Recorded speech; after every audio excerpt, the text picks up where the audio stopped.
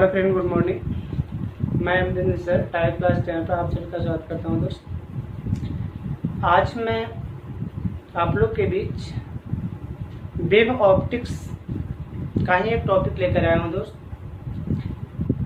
यानी इस टॉपिक में हम डिस्कस करने वाले हैं कि हाइगन्स का तरंग सिद्धांत है वह कौन सा कारक को एक्सप्लेन करता है, इसके बारे में हम डिस्कस करेंगे। मतलब किस टॉपिक को वह एक्सप्लेन अच्छी तरह से करता है और किस टॉपिक एक्सप्लेन करने के कारण यानी इसे अच्छी तरह से मान्यता दी गई। जैसे रे ऑप्टिक्स था, रे ऑप्टिक्स में विभिन्न सारे पॉइंट दिए गए थे, वह पॉइंट को भी आप अच्छी तरह से पढ़ें। वेब थ्योरी दिया गया, वेब थ्योरी के बारे में भी ऑलरेडी हमने बता चुका। अब वेब थ्योरी मतलब किसका एक्सप्लेन करता है, इन सब के बारे में आज हम डिस्कस करेंगे। तो यहाँ पर क्वेश्चन ऑलरेडी हमने लिख रखा है, क्वेश्चन आप देख सकते हैं। क्वेश्चन कह रहा है कि हाइगन्स थ्योरी कैन एक्सप्लेन, मतलब हाइगन्स का जो थ्योरी है वह थ्योरी किन किन कारकों का एक्सप्लेन होता है, यानी किनको वह सत्यापन करता है, इसके बारे में आप समझेंगे। तो रे ऑप्टिक्स में भी यह बताया गया था कि प्रकाश स्ट्रेट लाइन में चलती है। स्ट्रेट मतलब सीधी लाइन में चलती है। रे ऑप्टिक्स में बताया गया था कि प्रकाश सीधी लाइन में चलती है। वेब ऑप्टिक्स में भी बताया गया कि प्रकाश सीधी लाइन में चलती है। इसको भी वह एक्सप्लेन करता है। जैसे वेब ऑप्टिक्स में यह बताया गया कि प्रकाश अनुप्रस्थ तरंग है। अब अनुप्रस्थ के लिए यह प्रकाश यांत्रिक तरंग है। अब अनुप्रस्थ या यांत्रिक के लिए इस रूप में सबसे पहले यांत्रिक के लिए मीडियम चाहिए। यांत्रिक में कौन सा तरंग, तो अनुप्रस्थ तरंग। अब सवाल उठा कि अनुप्रस्थ का जो लाइनिंग होता है, अनुप्रस्थ ऐसा चलता है, इस रूप में चलता है। तो न्यूटन नामक वैज्ञानिक ने हाइगन्स नामक वैज्ञानिक से सवाल कर दिए कि ठीक है, आप कहते हैं कि प्रकाश सीधी लाइन में चलती है, आप बताएं क्या ऐसे ऐसे कर्व होकर जा रहे हैं, इसी को स्ट्रेट लाइन कहते हैं। तो हाइगन्स नामक वैज्ञानिक ने बताया कि नहीं, ऐसी बात नहीं है कि जो है वह स्ट्रेट लाइन है, एक कर्व है, लेकिन हम ये नहीं कह रहे कि वह कर्व में चलती है, वह हम कह रहे हैं कि स्ट्रेट में चलती है और इस रूप में भी चलते हैं। लेकिन यहाँ पर ध्यान देने वाली बात यह है कि जो एक वेव ऐसे बन रही है, इस वेव का आयाम यहाँ से यहाँ ऊपर ज्यादा उठा, फिर नीचे आया, फिर ऊपर गया, फिर नीचे आया। तो जो ये आयाम देख रहे हैं, यहाँ से यहाँ आयाम जो देख रहे हैं, वह आयाम यहाँ पर ज्यादा है। लेकिन जो वेव के बारे में हाइगन्स ने बताया, बोले कि इतनी आयाम नहीं है, अल्प आयाम होता है। यह ईथर का कण होता है, इसकी आयाम अल्प होती है, यानी यह इस रूप में नहीं चलती, बल्कि जो इसका संचलन की जो डायरेक्शन होता है वह ऐसा होता है, इस रूप में चलती है, ऐसा चलता है। यानी यह आप बताएं, ये लगभग देखने में क्या लग रहा है, स्ट्रेट लाइन में लग रहा है। यानी ये छोटे छोटे आयाम पर वह आकर बढ़ते हैं। अतः कह सकते हैं ये पिक्चर बनाना गलत है, ऐसा नहीं चलता है, वह इस रूप में ट्रेवल करता है। यानी जैसे मान के चले कोई सोर्स है, यहाँ पर माने सोर्स कंडल है, अब ये सोर्स से निकलेगी तो यह निकलेगा ऐसा करते हुए, इस रूप में करते हुए बाहर की ओर, यहाँ से निकलेगी ऐसे करते हुए बाहर की ओर, यहाँ से निकलेगी इस रूप में वेव निकलेगी ऐसे बाहर की तरफ, यहाँ से निकलेगी तो ये आप देख रहे हैं इस रूप में बाहर की ओर, यहाँ से देख रहे हैं ऐसा बाहर की ओर। यानी इस रूप में वह चारों डायरेक्शन में बाहर की ओर निकलते हैं। इसके अल्प आयाम पर वह चारों डायरेक्शन में निकलते हैं, ऐसा वह नहीं निकलता, यह इस रूप में निकलता है। ठीक है, तो अल्प आयाम इसलिए कह सकते हैं प्रकाश किस रेखा में गमन करती है, तो आंसर बताना है प्रकाश स्ट्रेट लाइन पर गमन करती है। प्रकाश स्ट्रेट लाइन पर गमन करती है, प्रकाश यानी सरल रेखा में गमन करते हैं। तो सबसे फर्स्ट पॉइंट है, हाइगन्स का भी दिया हुआ थ्योरी है कि प्रकाश क्या करता है, तो आंसर बताना है प्रकाश सरल रेखा में गमन, ठीक है, गमन करती है। प्रकाश सरल रेखा में गमन करती है। उसका जो पिक्चर होगा वह ए पिक्चर होगा। ए पिक्चर बनाया हुआ क्या है, गलत है, ऐसा नहीं गमन करेगा, ऐसा गमन करेगा। तो कह सकते हैं प्रकाश स्ट्रेट लाइन में चलती है। सेकंड पॉइंट है यानी उसे समझे। सबसे पहला एक्सप्लेन करता है कि प्रकाश सीधी रेखा में गमन करता है। सीधी रेखा में गमन करना कैसे हम कहेंगे, कोई कहते हैं कि सर सत्यापन करें कि प्रकाश स्ट्रेट लाइन में चलते हो, वो कैसे। तो इसको यहाँ पर देखें, पीछे बोर्ड पर एक शैडो बन रहा होगा। शैडो का बनना यह सिद्ध करता है कि प्रकाश स्ट्रेट लाइन में चलती है। यह सूर्य ग्रहण और चंद्र ग्रहण को लगना यह सिद्ध करता है कि प्रकाश स्ट्रेट लाइन में चलती है। तो सबसे फर्स्ट पॉइंट आप लोग समझे होंगे कि प्रकाश स्ट्रेट लाइन में चलती है, उसका पिक्चर ऐसा बनाएंगे। क्लियर। अब देखें नेक्स्ट पॉइंट सेकंड नंबर में कि प्रकाश का परावर्तन का नियम, ये जो एक्सप्लेन करता है यहाँ पर देखें, यानी प्रकाश का परावर्तन का नियम। प्रकाश का परावर्तन का नियम आप लोग एक्सरसाइज 1 में पढ़ चुके हैं कि प्रकाश का परावर्तन का नियम।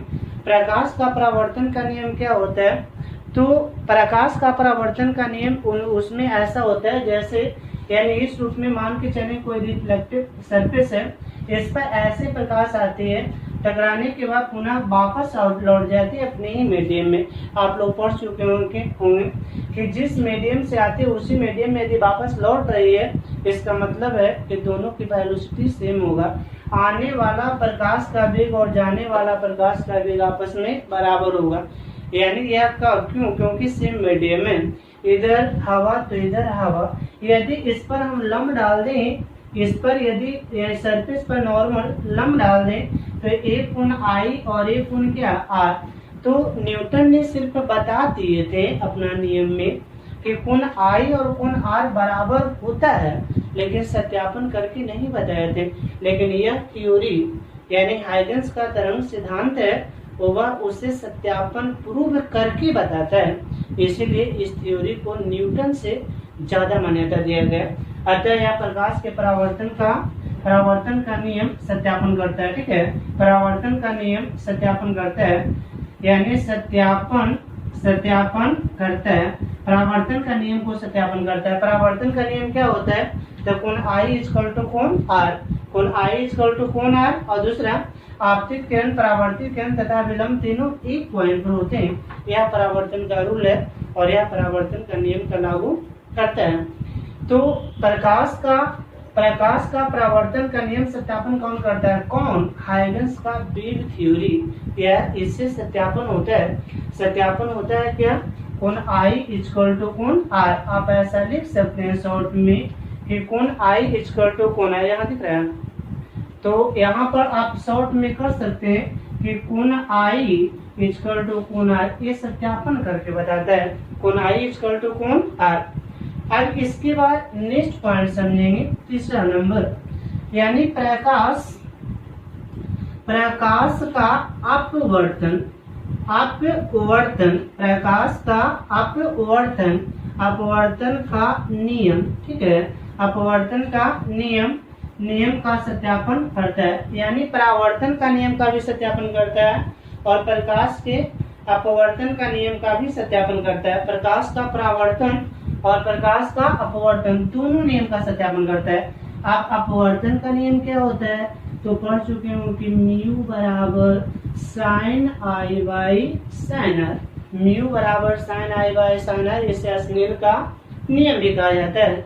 इस नियम को स्नेल का नियम भी कहते हैं। स्नेल का नियम क्या होता है, तो आंसर बताना, आपतन कोण का जया अपवर्तन कोण का जया का अनुपात एक नियतांक राशि होता है, इसे स्नेल का नियम कहते हैं। तो यह स्नेल का नियम का भी सत्यापन करता है। अपवर्तन की घटना किसे कहते हैं, तो एक मीडियम से दूसरे मीडियम में प्रकाश की जाने की घटना, एक मीडियम से दूसरे मीडियम में प्रकाश की जाने की घटना, यह कहलाता है अपवर्तन की घटना। जैसे समझा देते हैं, थोड़ा सा समझिए। ऊपर में हवा है और नीचे में पानी है। ठीक है, हवा को कहते हैं रियल माध्यम, रियल मतलब विरल, और डेंसल मतलब सघन। ठीक है, ये रियल और ये डेंसल है। जब एक मीडियम से दूसरे मीडियम में, फर्स्ट मीडियम से आ रही है, कितना वेग से, तो v1 वेग से। हमने इस पर लम्ब डाल दिया, इसे जाना चाहिए था, इस पर नहीं जाती, अपने लंब की ओर झुक जाती। क्यों पता है? क्योंकि पढ़ चुके हैं डेंसिल मीडियम में वेलोसिटी कम होती है, यानी रियल के अपेक्षा। तो इसमें वेलोसिटी v2 हो गया और v1 ग्रेटर देन v2 का मतलब हुआ कि v1 में वेलोसिटी ज्यादा होता है और v2 में वेलोसिटी कम, चूंकि v2 सघन है और v1 यानी विरल है। तो विरल में ज्यादा और सघन में कम, तो लंब की ओर। ये आपतन कोण इंसुलेटेड एंगल और ये रिफ्लेक्टिव एंगल यानी अपवर्तन कोण हो गया। यानी अब यहाँ पर आगे समझेंगे क्या आई और आर है। इसमें क्या होता है? आपतित किरण, अपवर्तित किरण तथा विलंब एक बिंदु पर, और दूसरा होता है आपतन कोण का जया, अपवर्तन कोण का जया का अनुपात एक नियतांक राशि होता है, जैसा कि आप लोग देख रहे होंगे। तो ये ऑलरेडी हमने पढ़ा रखा है एक्सरसाइज 1 में, इसे विशेष से बताने की जरूरत नहीं है। लेकिन ये सत्यापन नहीं किए थे, डायरेक्ट नियम लिखे थे, इसे स्नेल का नियम कहते हैं। लेकिन आगे हम इसे सत्यापन करके बताएंगे। नेक्स्ट पॉइंट में क्या होता है? चौथा नंबर में यह एक्सप्लेन करता है प्रकाश का व्यतिकरण, इंटरफेरेंस ऑफ लाइट। प्रकाश का यहाँ पर लिखते हैं प्रकाश का व्यतिकरण, प्रकाश का व्यतिकरण की घटना को यह सत्यापन करता है। प्रकाश का व्यतिकरण, अब सवाल उठा कि व्यतिकरण क्या होता है? तो एक नेक्स्ट अभी पढ़ा रहे हैं, इसके नेक्स्ट एक्सरसाइज में प्रकाश का व्यतिकरण का ही बारे में चर्चा करेंगे। व्यतिकरण होती है कि किसी फिल्म मतलब सतह, बहुत पतला सतह पर यानी चमकीली और काली लाइनिंग का बनना कहलाता है प्रकाश का व्यतिकरण। ऐसे डेफिनेशन होता है कि जब सेम आयाम, याद रखना है, सेम आयाम का दो वेव माध्यम एक साथ एक दिशा में चलती है तो अध्यारोपण के कारण, अब अध्यारोपण का एक घटना है जिसके बारे में अभी हमने नहीं चर्चा किया है, आगे चर्चा करेंगे। पर्दे पर काली और चमकीली घटना मतलब प्राप्ति होती है, काली और चमकीली फिल्म प्राप्त होता है। इस घटना का नाम होता है प्रकाश का व्यतिकरण की घटना। हालांकि एक एग्जाम्पल आपको समझा देना चाहते हैं, इसको ये परिभाषा तो अभी नहीं समझ में आएगा, इसको बारे में विशेष बताएंगे तब समझ में आएगा। लेकिन इसका एग्जाम्पल एक होता है, जैसे आप ऐसा घर में प्रैक्टिकल कर सकते हैं, आप एक बर्तन लें, उसमें पानी डालें और पानी में डालने के बाद ऊपर से 2-3 बूंद केरोसिन का तेल डालें और ऊपर लाइट डालकर आप इस सरफेस को देखें। जब सरफेस को देखेंगे तो वह सरफेस चमकीली दिखती है। चमकीली दिखने का क्या मतलब है? तो चमकीली दिखने का मतलब है कि यह प्रकाश का व्यतिकरण की घटना हो रही है। एक और एग्जाम्पल, जैसे साबुन या सरफ का बुलबुला आप देखे होंगे, तो साबुन या सरफ का बुलबुला का कलरफुल दिखना, रंगीन दिखना। कभी आप साबुन या सरफ का एक बबल को यानी धूप में ले जाकर के देखो, उसका सरफेस कलरफुल दिखेगा, रंगीन। यदि प्रैक्टिकल नहीं किए होंगे तो ऐसा प्रैक्टिकल आप करके देख सकते हैं। वह सरफेस रंगीन दिखती है, कलरफुल दिखता है। वह रंगीन दिखने का क्या रीजन है?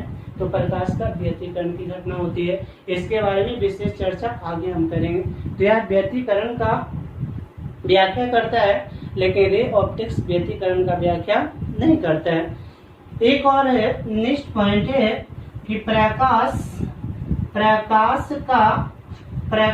का विवर्तन, ठीक है, यानी आगे है प्रकाश का विवर्तन। आप प्रकाश का विवर्तन, डिफ्रैक्शन ऑफ लाइट, विवर्तन क्या होता है? तो प्रकाश का विवर्तन किसी तीक्ष्ण किनारों से, जैसे मान के चलें ऐसा एक प्रकार का अपारदर्शी कोई सरफेस है, अपारदर्शी, जैसे ये पेन हो गया, लकड़ी हो गया, और बहुत सारा ऐसा है जो कि अपारदर्शी है। पारदर्शी नहीं बोल रहे हैं, अपारदर्शी लकड़ी है या कोई टुकड़ा है या पदार्थ है। जब इसकी सरफेस पर, ऊपरी सरफेस पर प्रकाश पड़ती है, जो स्ट्रेट लाइन में वेव जा रही थी, जैसे वहां पड़ती है तो पड़ते ही किरणें ऐसी पर जाना चाहिए था, नहीं जाती। एक किरणें ऐसे कर्व हो जाती है, बैंड हो जाती है, मुड़ जाती है। यही मुड़ने की जो घटना है वह घटना प्रकाश का विवर्तन की घटना कहलाता है। इस घटना का नाम है प्रकाश का विवर्तन की घटना कहलाता है। तो एक घटना प्रकाश का विवर्तन भी नेक्स्ट एक्सरसाइज में आपको बताएंगे। व्यतिकरण विवर्तन एक ही एक्सरसाइज में पढ़ना है, वेव ऑप्टिक्स का दूसरा एक्सरसाइज।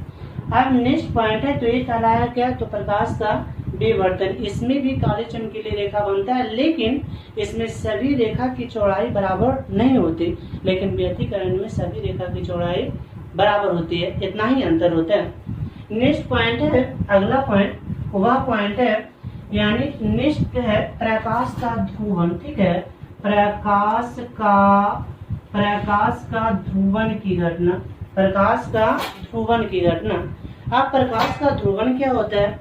तो प्रकाश के ध्रुवण की घटना होती है, इसका हम बताएं कि किसी यानी कोई पारदर्शी मीडियम पर जब प्रकाश आई की ओर बढ़ती है, ठीक है, आई की ओर बढ़ती है, तो यानी आगे की ओर बढ़ने से इसके इंटेंसिटी में एक प्रकार की कमी आ जाती है, यानी समिति द्वारा इसकी इंटेंसिटी में कमी प्रदर्शित करना प्रकाश का ध्रुवण कहलाता है। प्रकाश का ध्रुवण, हालांकि इसको भी नेक्स्ट हम वीडियो में चर्चा करेंगे आगे। ये लास्ट एक्सरसाइज है, थर्ड एक्सरसाइज, वेव ऑप्टिक्स का तीसरा एक्सरसाइज इसमें है, यानी आपको पढ़ाएंगे इसी के अंतर्गत क्रिस्टल का प्रयोग करके आपको सिखाएंगे, और यही ध्रुवण की घटना सिद्ध करता है कि प्रकाश अनुप्रस्थ तरंग है। आपसे ऐसा कई बार एग्जाम में क्वेश्चन पूछता है कि प्रकाश का कौन सा ऐसा घटना है जो सिद्ध करता है कि प्रकाश अनुप्रस्थ तरंग है, तो आंसर बताना है प्रकाश का ध्रुवण। ठीक है, यानी कौन सा सिद्ध करता है? अनुप्रस्थ को सिद्ध। ठीक है, यानी प्रकाश अनुप्रस्थ तरंग है, प्रकाश अनुधर्ज नहीं, प्रकाश अनुप्रस्थ तरंग है। अनुप्रस्थ को कौन सिद्ध करता है? प्रकाश का ध्रुवण। यानी इसका राइट आंसर कई बार एग्जाम में पूछा हुआ, बहुत ही ये मस्त क्वेश्चन है, इसे आप याद रखें। एग्जाम में कई बार आया हुआ है, कहता है कि प्रकाश का कौन सा घटना ऐसा सत्यापन करता है कि प्रकाश अनुप्रस्थ तरंग है, तो इसका राइट आंसर बताना होगा प्रकाश का ध्रुवण की घटना। प्रकाश का ध्रुवण की घटना यह सत्यापन करता है कि प्रकाश अनुप्रस्थ तरंग होता है। तो यही कैन बी एक्सप्लेन था, हाइगन्स का एक्सप्लेन मतलब करके बताएं, यानी कौन कौन सा ऐसी घटना है जिसमें हाइगन्स का वेव थ्योरी सत्यापन होता है। तो ये सारे विभिन्न सारी घटना है, इस घटना पर हाइगन्स का वेव थ्योरी लागू होता है। आशा करते होंगे आप लोग को समझ में आया होगा। यदि समझ में आया होगा तो लाइक अवश्य करें, और यदि कुछ सुझाव है तो कमेंट बॉक्स में आप जरूर लिखें। जय हिंद।